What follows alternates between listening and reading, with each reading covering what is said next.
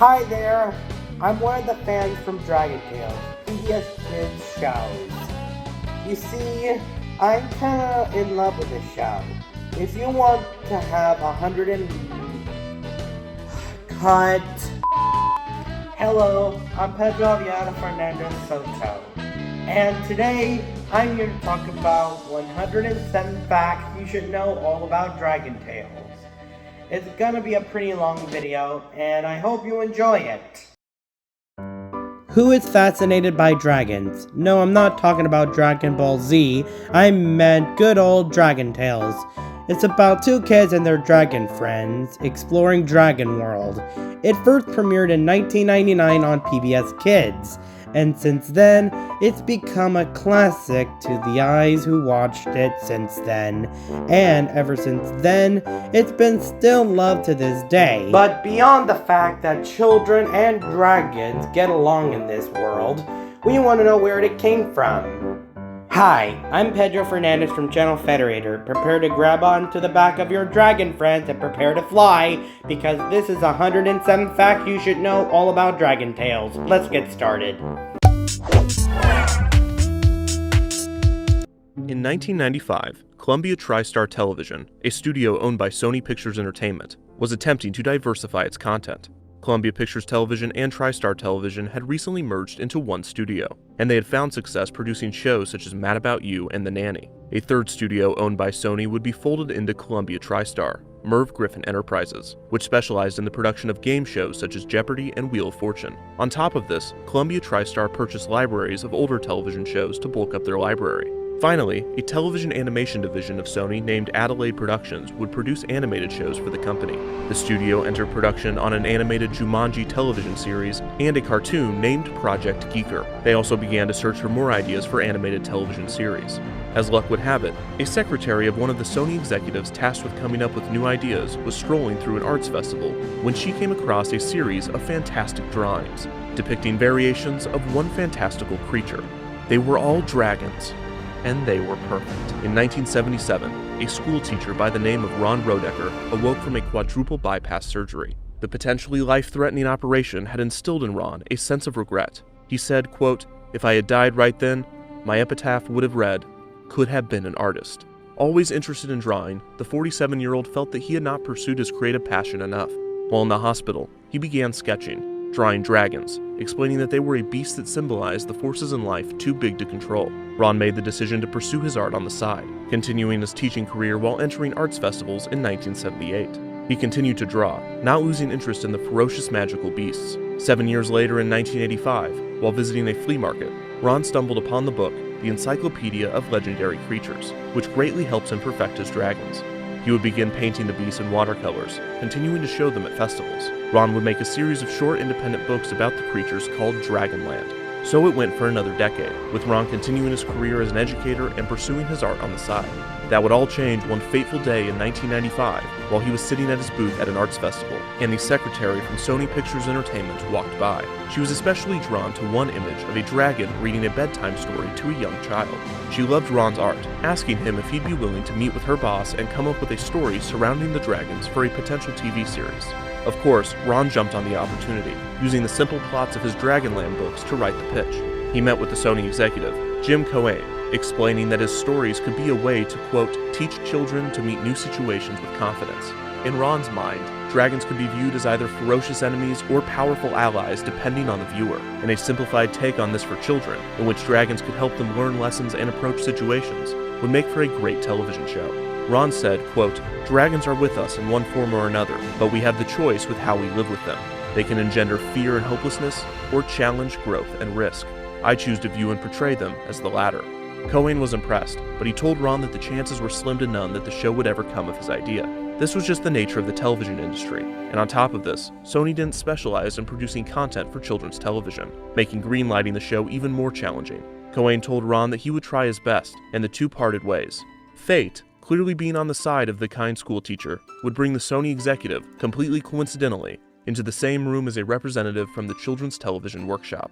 The chance encounter was spent by Cohen explaining Ron's idea, and asking if CTW, the creators of Sesame Street and the biggest name in children's television, would be willing to co-produce the show with Columbia TriStar Television Distribution. The representative loved the Dragonland idea, and after developing the pitch further, Columbia TriStar and CTW entered an agreement to produce an animated show together named Dragontales, with Ron coming on as a series creator and producer. The two companies sought funding from the Public Broadcasting Corporation, with television star and producer Wesley Ure writing the show's treatment, along with a companion series, Show and Tell Me, which would never come to fruition. On January 9, 1996, it was announced that the new series Dragontales was granted $4.2 million for a 40-episode first season. This was part of an $8.4 million grant payout, with the other half of the sum going to the development of a reading comprehension show named Between the Lions. Dragontales would also be produced for Canada's public television station, CBC. Ron helped create the designs for each dragon character in the show. The result was not the same as his art, with the main difference being the character's scale and the character's scales. He explained that the dragon's design, shape, and feel for the show were inspired by his golden retrievers, as they provided a lovable and child-friendly source. Korean animation studio Urim Productions was hired to animate the show. The show's thesis was, quote, "What Sesame Street is for academic readiness, Dragontales will be for emotional readiness." And the show's target demographic were children between the ages of 2 and 7. The studios went to work creating the first 40 episodes of the show, and on September 6, 1999, nearly 4 years after receiving its initial funding, Dragontales premiered on PBS. In the first season of Dragontales, each 25-minute episode of the show was split into two 12-minute parts, each containing an isolated story. Each story after this would have a similar format. The kids would start in the playroom, both discussing what they plan to do when they get to Dragonland. They then wish on the scale and are transported back with their friends. All of the stories tried to teach lessons regarding social situations, with topics such as problem solving, trying new things, and compromise being explored. The producers felt that it was important that the show not pretend to give simple solutions to all of these problems, but to instead show ways to make the situations more manageable. The progress was visualized through the dragon badges worn by the characters. Ord's dragon badge would glow when he faced his fears. Cassie's dragon badge would glow when she felt confident. And Zack and Wheezy's dragon badge would glow when they compromised or worked as a team. Each episode would feature an original song as well. More dragons would be introduced throughout the show's run, some appearing more than once. New episodes of Dragontales would premiere daily, with 20 episodes being released from September 6th to October 22nd. 10 more episodes would air in January of 2000. The remaining 10 would air in April. Dragontales was an immediate hit, and the show would be renewed for a second season of 25 episodes. The main difference between Season 1 and Season 2 was the transition from cell animation, in which frames are composited on layers of transparent plastic cells, to digital ink and paint animation, in which the compositing and coloring are done digitally. This resulted in a subtle change, but when compared, the second season's animation has a noticeably cleaner and more vibrant look. The show would also bring along a line of merchandise, including a Game Boy Color game released in December of 2000, books based on the series, musical albums, and a variety of toys. Which baby dragons will they find inside? It's a surprise! The second season of Dragontales premiered on June 4th, 2001. The first 10 episodes would premiere throughout June. In the 6th episode of the second season, a new dragon student at School in the Sky was introduced, Lorca, a pink dragon with a disability.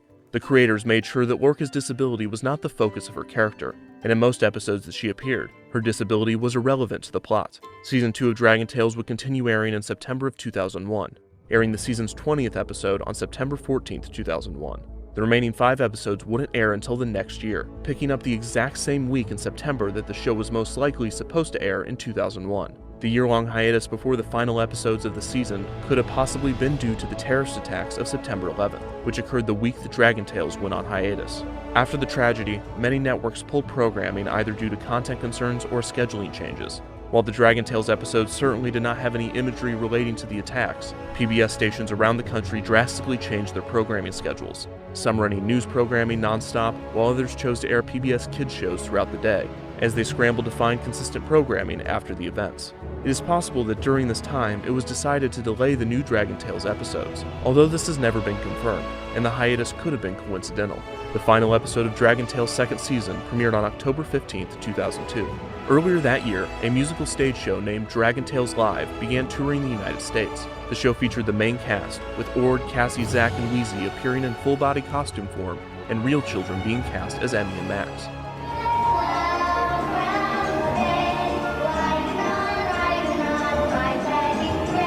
On March 2, 2003, a musical compilation special named Let's Start a Band aired. This mixed in live-action footage with animation and musical numbers from the show.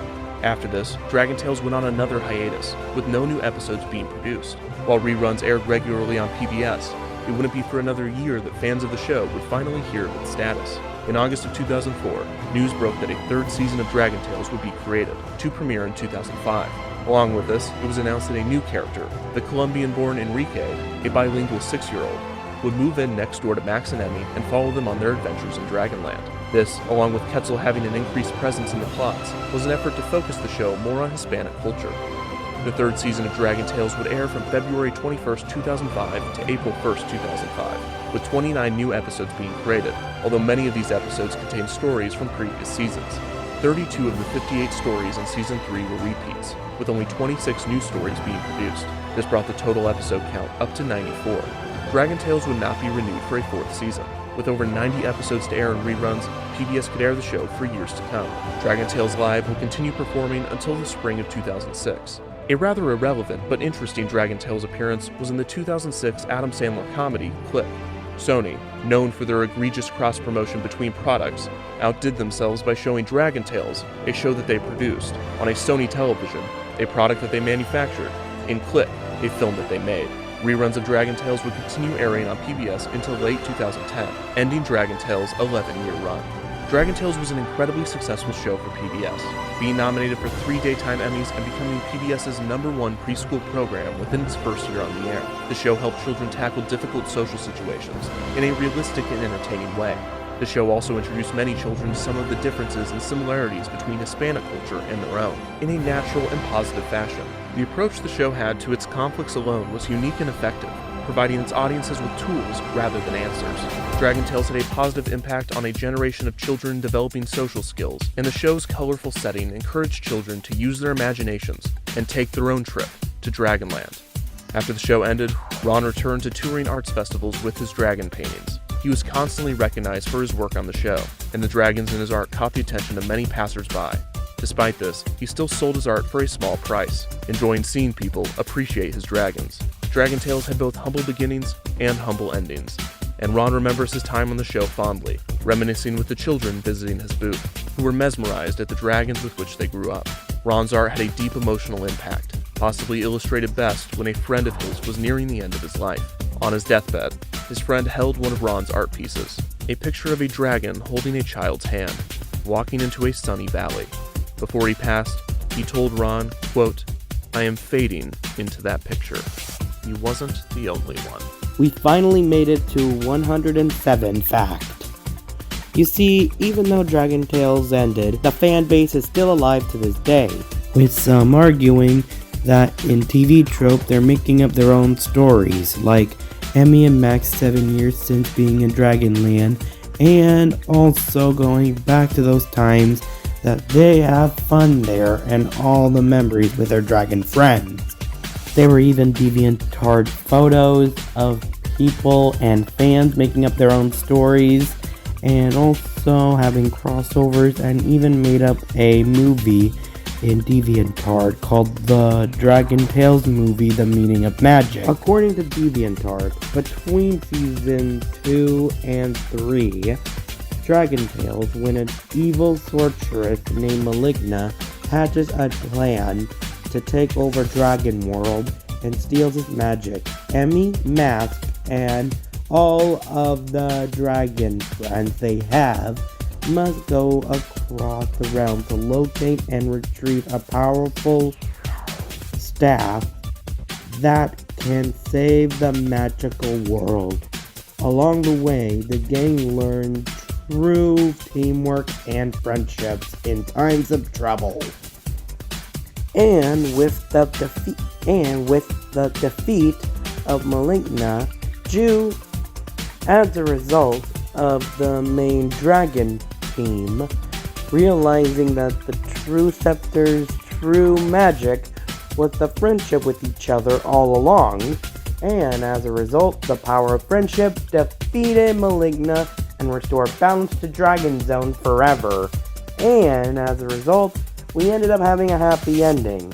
And according to Google, we have a reboot of Dragon Tales sometime in the near future. You know, like with 101 Dalmatian Street, we should do whatever it takes to bring it back. And we're done with 107 facts about good old Dragon Tales. What do you think? Let me know in the comments if you agree with the facts. And tell us which series you'd like to see next. Be sure you'll hit that notification bell so you won't miss new episodes every day, featuring your favorite movies, cartoons, and video games. But most importantly, Channel Federator loves you.